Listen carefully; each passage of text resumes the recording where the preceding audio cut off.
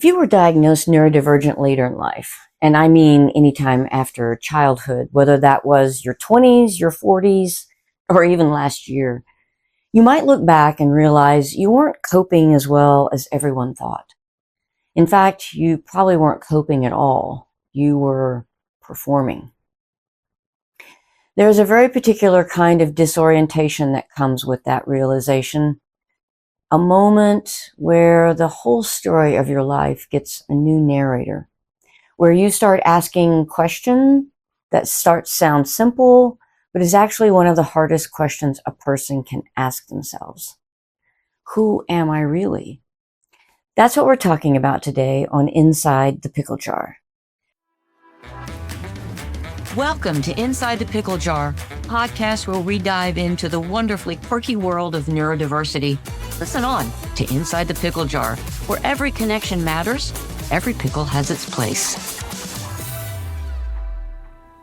I'm Tanya Weaver. I'm a PCC credentialed coach, and I came to understand my own neurodivergence later in life. So I'm not speaking about this from theory. I'm speaking about it from the inside. Today, we're talking about a very specific moment, the moment of recognition, the moment when the mask becomes visible to you for the first time, sometimes decades after you first put it on. Before we go further, if you're recently diagnosed and struggling to find the words to explain what you're going through to the people you love, I made something for exactly that moment. It's a free guide called 4 Things I Need the People in My Life to Know About My Brain. It does the explaining for you, so you don't have to find the words yourself. So you can go grab it from the description down below, and then we'll keep going. There's a specific moment that almost every late diagnosed neurodivergent adult describes to me in one form or another. For some people, it happens when reading a list of symptoms online at midnight when they should be asleep. For others, it's during a formal assessment, sitting across from a clinician asking questions that suddenly make your whole childhood make sense. Sometimes it happens watching a video, maybe even this one, and feeling a jolt of recognition so strong, it's almost physical, like something in your chest just dropped. That's me. That's always been me.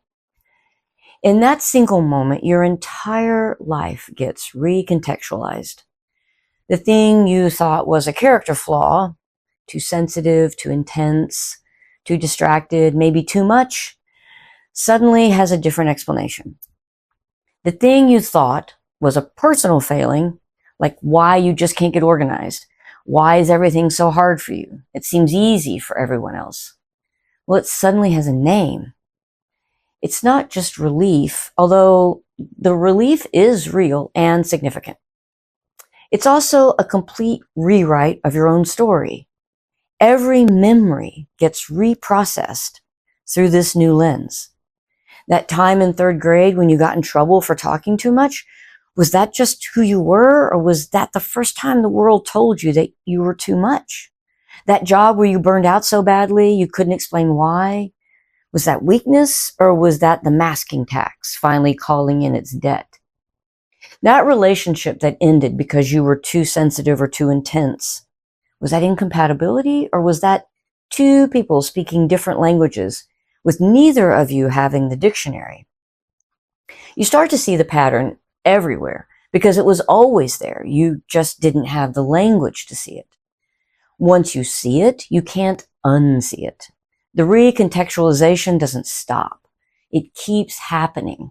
In the shower, in the car, at 2 a.m., as your brain goes back through decades of memories and reprocesses them one at a time with new information. People imagine that a late diagnosis is purely a relief, and it is partially. There's something enormously freeing about finally having an explanation, about realizing that the years of feeling broken or lazy or too much or not enough were never actually about a character flaw. They were about a brain that works differently, navigating a world that wasn't built for it. That relief is real. Hold on to it. It matters. Well, but alongside that relief, almost always there's grief.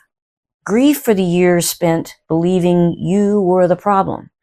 Grief for the energy spent on something that should have never been required of you in the first place.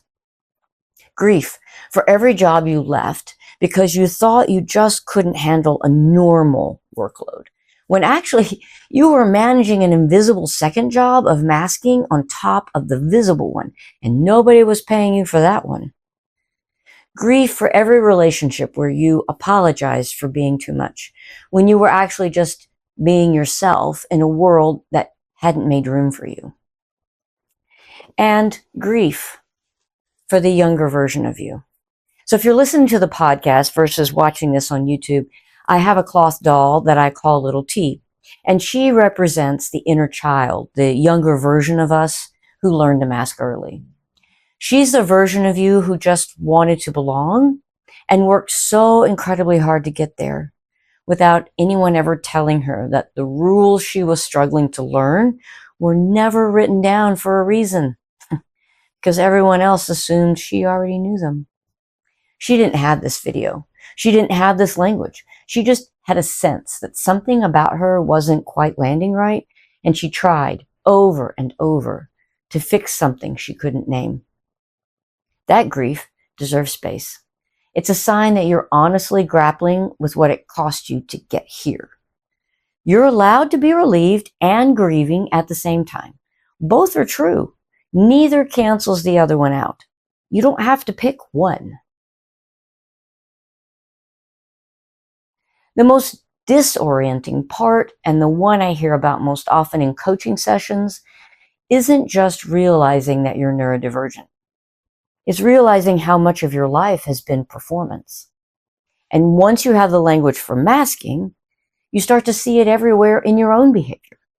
The eye contact you forced, the conversations you rehearsed before you had them, the enthusiasm you performed for things you didn't actually care about, and the disinterest you performed for things you actually cared about deeply, because caring too visibly felt unsafe. You start to wonder which parts of me are actually me, which parts did I build because they were the parts that got approval. For many late diagnosed adults, the mask has been on for so long and so consistently that there isn't a clear line between performance and self anymore. You've been doing this since childhood. The mask isn't something you put on in the morning and take off at night. It's woven into your personality so thoroughly that it stopped feeling like a mask at all. It just felt like you. So when people ask in the wake of a late diagnosis, now that you know, are you going to change? There's not a simple answer. You're not just deciding whether to change a behavior. You're trying to excavate which behaviors were ever actually a choice in the first place. That excavation takes time. It's not something you finish in a weekend or even a year. It's ongoing work, some of the most important work a newly identified neurodivergent adult can do. This is the question that sits underneath everything we've talked about today. Who am I without the mask? Most people, when they first ask this question, try to answer it all at once.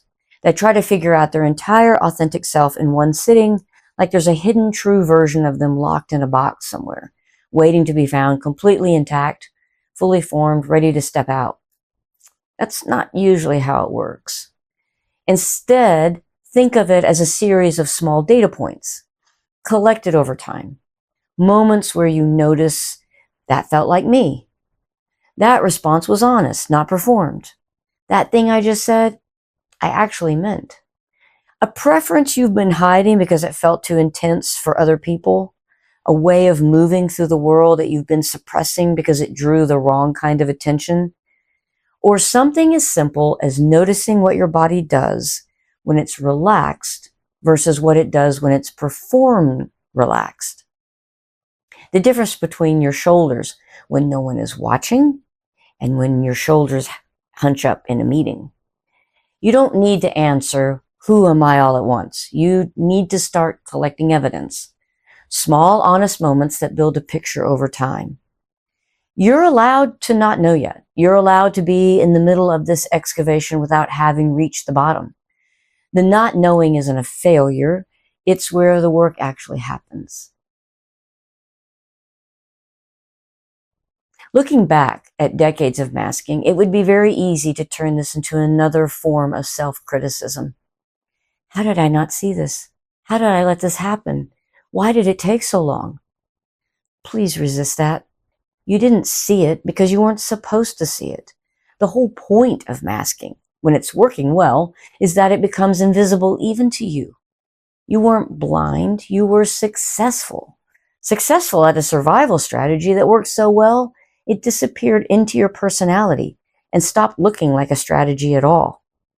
That's not a failure of self-awareness. That's evidence of how skilled you became at adapting to a world that didn't make room for you. So when you look back at your life through this new lens, be gentle with the person you were. She was doing her best with what she had. She didn't have this language. She was figuring it out one unspoken rule at a time, learning by trial and error in a system that never gave her the answer key. And she got you here. And that deserves compassion, not criticism. So that's what it means to realize you've been performing your whole life. The recontextualization of every memory, the relief sitting alongside the grief, the disorientation of not knowing which parts of you are real and which were built for approval, the slow, ongoing work of finding your way back to yourself, one honest data point at a time. If you're newly diagnosed, newly self-identifying, or just newly aware that you've been masking longer than you realized, what you're feeling is not unusual. It's not a sign that something is wrong with you or your process. It's the beginning of something, not the end. If you haven't already, grabbed the free guide in the description below. Then go ahead and get 4 things I need the people in my life to know about my brain. It might be the thing that starts one of the harder conversations with someone you love. And if you're still trying to figure out exactly what masking is and where it comes from, this video right here is a great place to start. It's called What Neurodivergent Masking Really Looks Like. Watch that one first and then maybe come back in here. Be gentle with yourself, pickle friend. If you like this, please subscribe and follow and share. And I'll see you next time inside the pickle jar.